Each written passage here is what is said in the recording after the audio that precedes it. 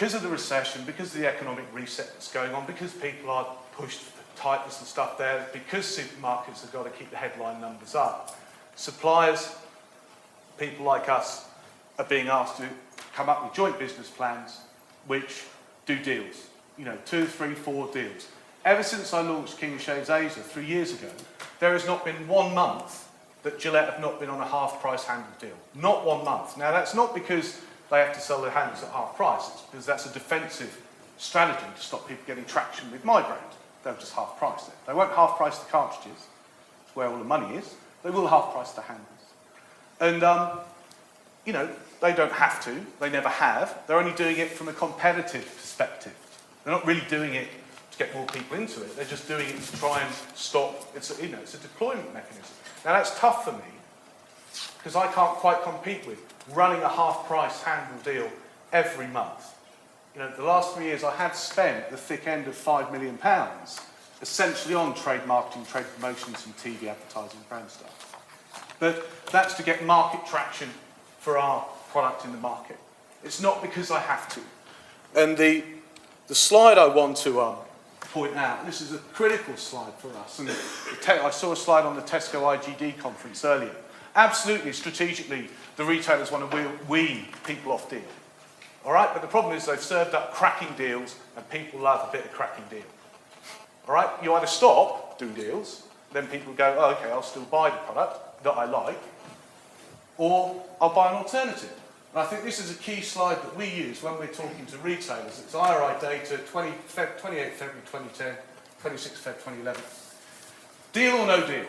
Percentage of sales on deal. This is our other branded competitors in our space. All right, I won't name the names, you'll know who they are. This is what we sell when we go on deal. People don't really care because they like buying the brand.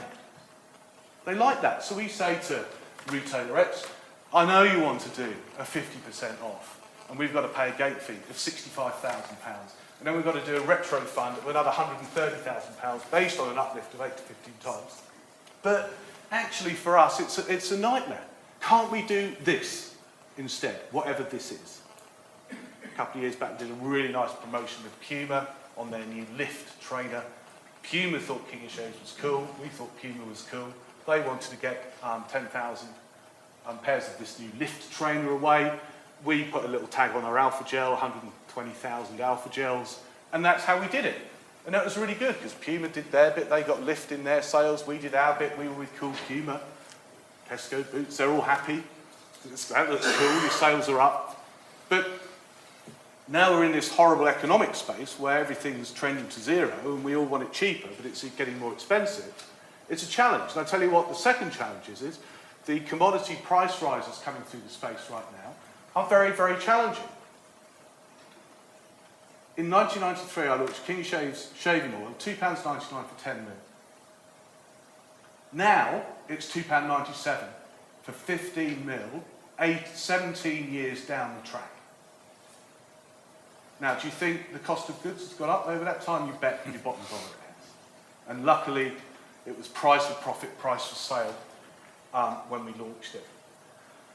To give you a context to that, the cost of a Gillette sensor cartridge, this is interesting, this is all about value, innovation, cool marketing, everything that Evan Davis talked about in Made in Britain, which is a great TV programme on Monday, the value chain part of manufacturing and branding. Gillette sensor cartridge, 1991, Competition Commission report, 43p. Gillette Fusion Power Pro Glide cartridge today, £3.49. So they've gone, we can't keep at that space, we're going to value innovate up and make a lot of money doing it, which they've done, because people don't buy Gillette on price, they buy it on performance. And people don't buy King of Shaves on price, they buy it on performance. But in my space, where I've got to compete with big global brands with sophisticated integrated trade sales and marketing strategies, I've got to be clever. And the cleverest thing I can sort of say to retailers is that don't come to us to do these big buy one, get one free, when it's gone, it's gone, X, Y, and Z that hits hot UK deals or, Martin Lewis's, very good consumer-facing saving money website, because it can monster the P&L. monster, I mean annihilate the P&L of a business like ours. Because it's extraordinarily costly. And I think what there is in the world, there should be a fair price at full price. And that's a sort of a message I try to talk about, you know, when I talk about it to the retail buyers. But we've got to do something, because if you see this chart here, that's the media spends, sort of averaged from Nielsen. Competitors, you see Gillette punching out just on above the line, thick end of £8 million a year. Wilkinson Sword spending really what they don't have, trying to keep up. Nivea have already got there and they're spending less. L'Oreal, you see, very punchy in terms of what they're trying to do to overtake Nivea in the men's space. Nivea launched 99, men's skincare. L'Oreal launched 2004. Zero. You know, zero. We're spending zero, because even if I spent £2 million above the line, none of you guys would see it. You wouldn't really get it. So I do stuff like social media and PR, and amazingly the Daily Mirror running a King of Shaves headline against Andy Murray not shaving on its back page yesterday. You know, good old Andy. You're going to win today, I can feel it. Because you've shaved. And Jensen Button bloody shaved before he did the Canadian Grand Prix as well, so no, I spoke to him. So, but we're there. So we have to do something. So of course we do. So we have to spend with the retailers and keep them happy. And we're smaller and we have to fight harder. And what we try to do is to build relationships with the buyers, and obviously at the different levels of the business. Luckily we get a bit of love out of Tesco from Richard Brasher, the new UK CEO, because he quite likes the fact King of Shaves is challenging and it's doing stuff. And it also gives the retailer a bit of a stick to hit our competitors around the head. Oh, have you seen what King of Shaves are doing? Oh, they're hanging in there. What are you going to do against them? And they might take money from that pot rather than ours. And there's quite sophisticated stuff that goes on in terms of, you know, bargaining and trying to get your business bought for the right reason, your brand bought for the right reason, not just because it's cheap. But sometimes there's no getting away from it. All right, the name of my game is to get lots of fairly priced system razor handles in the market, and hopefully people come by and buy the fairly priced razor cartridges to fit the handle. But half price, sadly, has a result. Not sadly, it tells somebody that you're getting £10 for £5. And people get that. You know, that's why Groupon is so massively successful. I can get something that should cost £100 for 40 quid minimum before they split the code share, the profitability and stuff. It's half price does sell. I mean, that's it. Now, for sure, 10 years ago, and for sure 15 odd years ago, 16 years ago when I set up King of Shaves, you didn't have the prevalence of price promotion. What you now have is the instant word of mouth of price promotion razzing around the internet.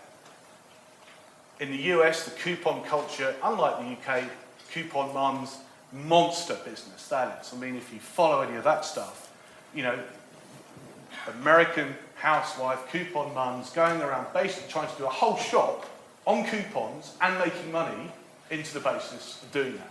I mean, that's a strategy. That's their life. And we don't have that here yet.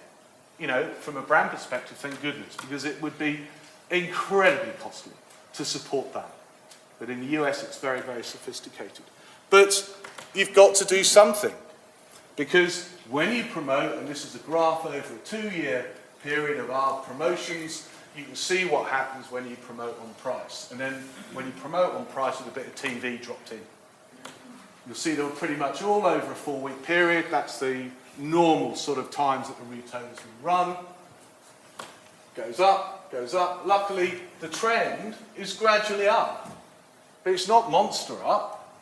And if you zeroed out those promotions, it would be pretty flatty, because we're in quite a tough market, quite big competitors, lots of market traction, been in the market ages. It takes time. People only shave once a day. So it takes time to get the brand name. But promoting on price drives huge uplift trial. Most recent one we did with Tesco, we hit 15 times uplift on one SKU, which took us out of stock. Bloody nightmare. You know, because you've got to forecast all of this stuff and get back in.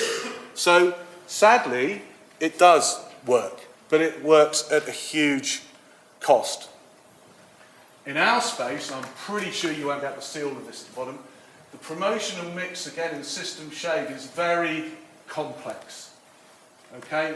Unsupported price cut, special purchase, save percentage, save amount, save a third, rollback, intra offer, half price, loyalty points, buy one, get one free, buy three, buy two, buy one, 3 for 2. So the mix is quite good and quite interesting. But what we try to do with some of the retailers, and especially the ones that can provide us with shopper insight, i.e., Tesco, you can be quite sophisticated in what we do and how we do it. And we know when to promote, we know when not to promote, and we know what promotions not to use, because people don't really, care about them. And there are other killer ones in there which you can.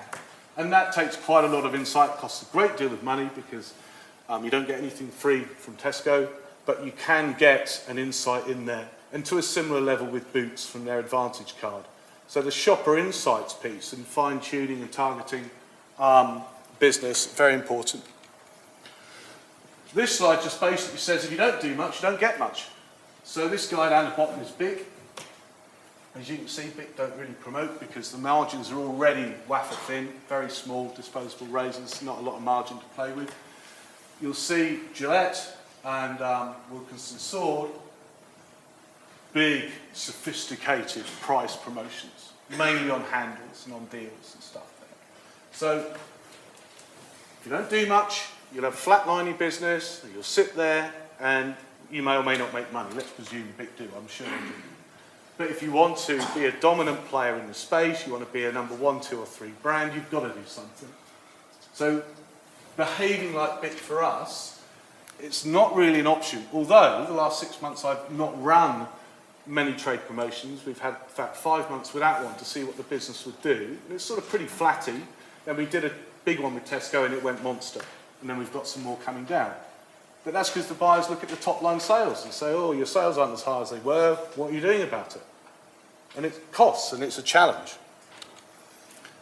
But I think getting towards the end, everybody, retailers, they're hooked on cracking deals. I use crack in capitals, I'm sure you can get the inference there. We'd love to not price promote, all right? But the key retailers demand it. All right? Despite what's said at the strategic level within the business, the buyers need to deliver numbers. All right? So you've got to try and work with them cleverly and ideally have a brand that is desirable, an Apple brand, or something that people are happy to pay full price, fair price for. We'd love to not price promote, but the trial growth during price promotions often makes it compelling. And in my sort of space, which is hyper-competitive, there are only 2 competitors apart from me. It's a right dogfight to keep your market share. You've got to do something. We'd love to not price promote. And as the earlier slide said, luckily or strategically, we don't have to as often as others, which I'm pleased about. And that's a desirability thing. That's having a great West End show, like The Mousetrap, running for 50 years. I'm sure they don't knock their tickets out 3 for 2. It's a great product, great show, been around 50 years, Agatha Christie, really fantastic. There is now no space for an average brand to survive. If you have to price promote your average brand to survive, you're dead. Because you won't be able to afford to. You won't have the profit margins to do it. And obviously we'd love retailers to dial back on their addiction to price promotions. And they do state that that is what they would like to do. The problem is, when you're hooked on it, and your shareholders demand growth and performance and bigger numbers, like for likes the same, it's a challenge. And that then comes back to making, in my opinion, your product, brand, service desirable. So somebody says, I'm delighted to pay you £5, £6 for your razor, because it's fairly priced and it works really well and it's really good, and I get the king of shaves without the king's ransom, paying the king's ransom. And I don't have to do that. And that then just comes back into product desirability brand, which is everything that a successful business like Apple is, where they would never, do a 3 for 2 on an iPad. They'd never do it. I mean, it'd be madness. Why would you do it when everybody wants to buy one? When everybody wants to buy one. So come join our King of Shades Kingdom, fair priced at full price is my little exhortation. You've got some products from my company in your bags. I hope I've given you a little bit of insight into the issues I face as the CEO of King of Shades. And if you have any questions, fire away.